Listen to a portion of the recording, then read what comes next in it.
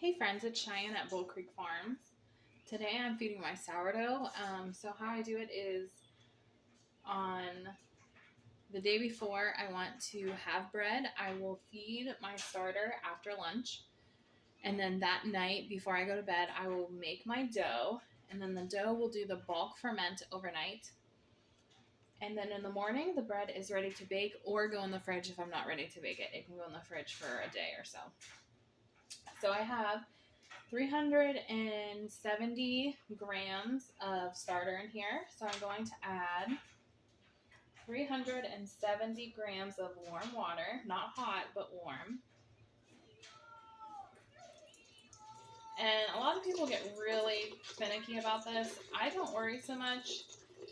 This was the way people made bread forever ago, before commercial yeast. And they didn't have scales. They just kind of eyeballed it. So I don't get super nervous if it's over or under. It's a bit, see, we're over 10. It's okay. But I will, so this is 379. I will match the flour to the water so it stays equal hydration. So before I add, so I'm going to add 379 of flour. But before I do that, I'm going to mix the water and the sourdough. I finally got one of these sourdough whisks.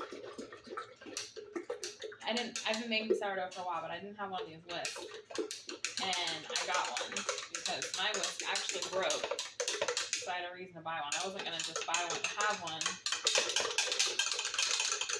But when mine broke, I was like, oh, now I have an excuse to buy one of these pretty sourdough whisks, which I was excited about. See how cute they are.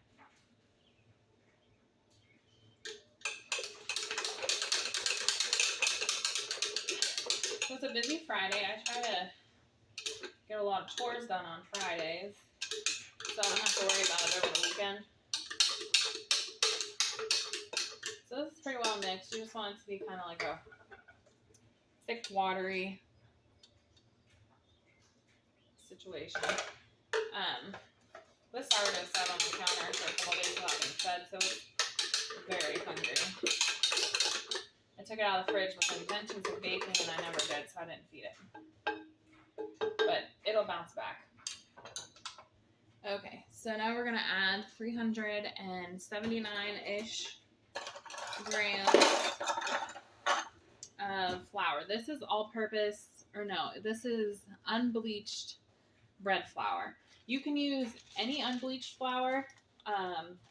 My sourdough does not love super hearty wheat flours. Like regular wheat flour is okay, but I've gotten a few from Missouri Standard that are very, very whole wheat. I don't know how else to describe it, and it didn't love it. It took me a couple weeks of feeding it to get it back to normal. So we just add in until we get to 379-ish.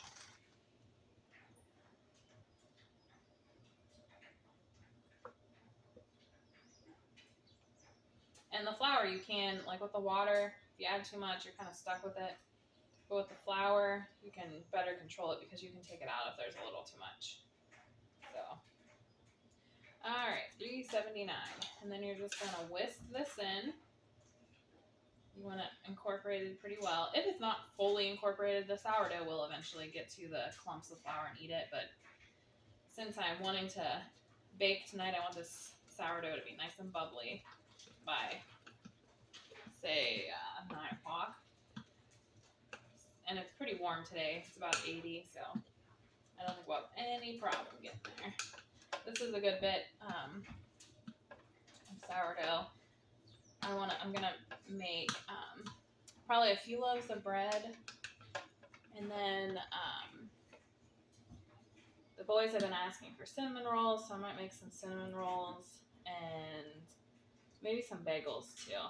So this will be good. I need to. This is a lot of starter, but I need a lot for what I'm doing tomorrow. So this will be good.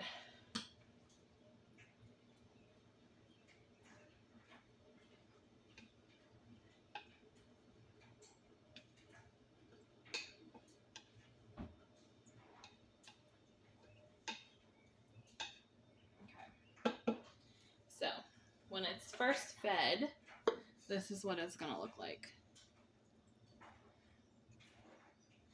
Kind of like pancake batter. Nice and thick. And then after it's fed, it'll get bubbly. It should double or triple in size. And after it bubbles and goes back down, it'll be thin. Kind of like, trying to think what a good it between this and when you add just the water to the sourdough starter, it'll be pretty thin when it's ready to eat again. So the house is warm. It's 80 and we have the windows open. So I will just put this in the corner. Some people mark with a rubber band where it was before it was fed, so they know if it doubled or not. I used to do that. Now that I know my sourdough better and I've been doing it a while, I can just tell by looking at the starter if it's bubbly enough. If there's enough bubbles, and you can also do a float test. You can take a scoop of it, like a spoonful, and put it in water, and if it floats on the top, then it's good to bake with. So if you're unsure and you forget to mark it, you can also do that. So it'll sit there for probably 4 to 8 hours. And in that time, it will rise enough for me to use. Hey friends, it's the next morning. I'm drinking my coffee. And I thought I would show you what I did with my sourdough. So last night I made dough for hamburger buns because we are grilling today. And I get so discouraged when I look for buns at the store because they have like 500 ingredients and all you need is sourdough, flour, water, and salt. And there's like a million ingredients and most of which I don't know what they are. So I'm making hamburger buns. We got a fussy baby. It's okay, sweet girl. Hi. She's graduated to the bumbo seat and she's kind of bored. I need to get her something to play with. So I made a double batch of this, and this is from, I think, Little Spoon Farms. The recipe, I've never made it before, so I'm excited to see how it turns out. This is my weekly bread that I make. It's from the Clever Carrot, I think. It's just like the easy sourdough. It's just sourdough, flour, salt, and water. I think her original recipe calls for some olive oil, and I used to use that, but I am out of olive oil. As you can see, my bottle's empty, and I've just not been using it the last few weeks, and it turns out just the same. Chauncey, no. Ugh, my old dog barks at the wind blowing. Chauncey, go lay down. Go lay down. Go lay down. Okay, so Chauncey, go lay down. So I've got 1, 2, 3 loaves of that rising, and I'll probably freeze at least one of them to pull out later in the week. And then in the fridge, I have a double batch of bagels that has to sit in the fridge, and I'll make those later. So yeah, that's what I did with that sourdough, and now I just have probably like 100 grams that's in the fridge. I'm going out of town for a few days, Monday. So I'm just going to leave it in the fridge. I won't be baking for the next few days. So it was fed. It did its thing. I put it in the fridge. Next time I want to bake, I will pull it out and feed it, and it'll go back to rising. So I'm trying to do a little sunflower here. We'll see how it turns out. And then bacon buns. So I just wanted to bring you along to show you what I did with the sourdough I fed. And these are sourdough chocolate chip cookies. I made a quadruple batch of those about a month ago, maybe longer actually. and froze 3 of them like you would buy at the store, how you buy, and it's just like squares of cookie dough that you just place on trays. And I will tell you, that was the best thing I've done, because my kids love cookies, and it's so fun and cozy to just like whip up a batch of cookies and pull them out of the oven for dinner. But it takes time to make them, and that makes it so much easier. You just put in an hour or so of work, and then you have cookies for a long time. So, but that is those cookies are the last. What are you doing, ma'am? Those are the last batch that I froze, so I'm gonna have to do that again soon. And that's just with the that's a discard recipe. So if you have too much discard, you should definitely look into discard recipes, because they have lots of great ones, and they have like a really nice, like, not super sour, but it definitely has like a unique flavor, and we love it. So anyway, I just wanted to bring you along, show you what the sourdough is gonna be, and catch up with you maybe after it's baked. Okay, so the first 2 loaves are out. I just did a little sun on this one, and then I scored around. It popped over here more than this side, but I like the way it came out, and it's nice and crunchy, got a nice crust.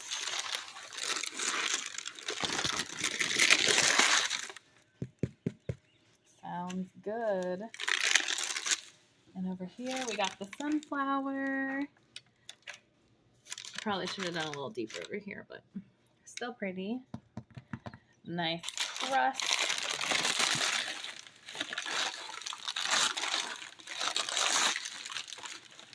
Gonna have to pick that off when I have 2 hands, but sounds good. There we go. Okay, and I got one more. Oh yeah, and then I scored deep over here. I got one more in the oven, and that one I did tulips on. I don't always score them pretty, but today I had some extra time. Sometimes I just do the wheat stock and then a deep score on the side, or sometimes I just do like a cross in the middle, depending on how much time I had. But it's Saturday, and it's a pretty slow day around here. It's actually beginning to rain. Don't know if you can see the, see the raindrops on the window, and you can see my tulip patch out there. It's so pretty. So yeah, it's a slow Saturday, and I'm just taking my time. The baby is napping. I'm drinking my 3rd cup of coffee. So just a nice slow Saturday. My buns are rising. I hope these turn out well. I made these like 40-minute yeast buns a few weeks ago. And the whole premise of them was that it's quick because you make them in 40 minutes, which is nice because you don't always know you need buns. And then you go to throw a quick meal together and you're like, shoot, I don't have buns, which is what leads me to running to the grocery store or having my husband stop on his way home or something and get some crappy, junky buns. And it's so frustrating because even the ones at the bakery have multiple ingredients when you should only need a few. So I tried those and they were fine, but they weren't great. So I'm hoping these buns turn out good. They do take some planning because it's sourdough, so you have to start the day before and let them ferment, but I had some foresight this time. But those 40-minute ones would work in a pinch for sure. But anyway, I just thought I'd show you how these buns and bread's coming along.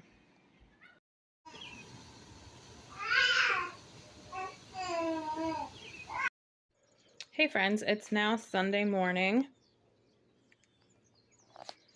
I actually left the bagels sit in the fridge for 2 days, and that worked out perfectly fine. So it's Sunday morning, and I just boiled these.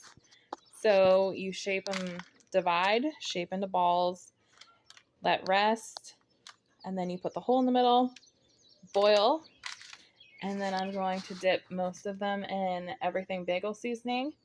And then the rest I'll put sesame seeds on. And then I'm going to bake them. And I will show you what they look like when they're done. All right, here's the finished product. We are having sausage, bagels, and fruit.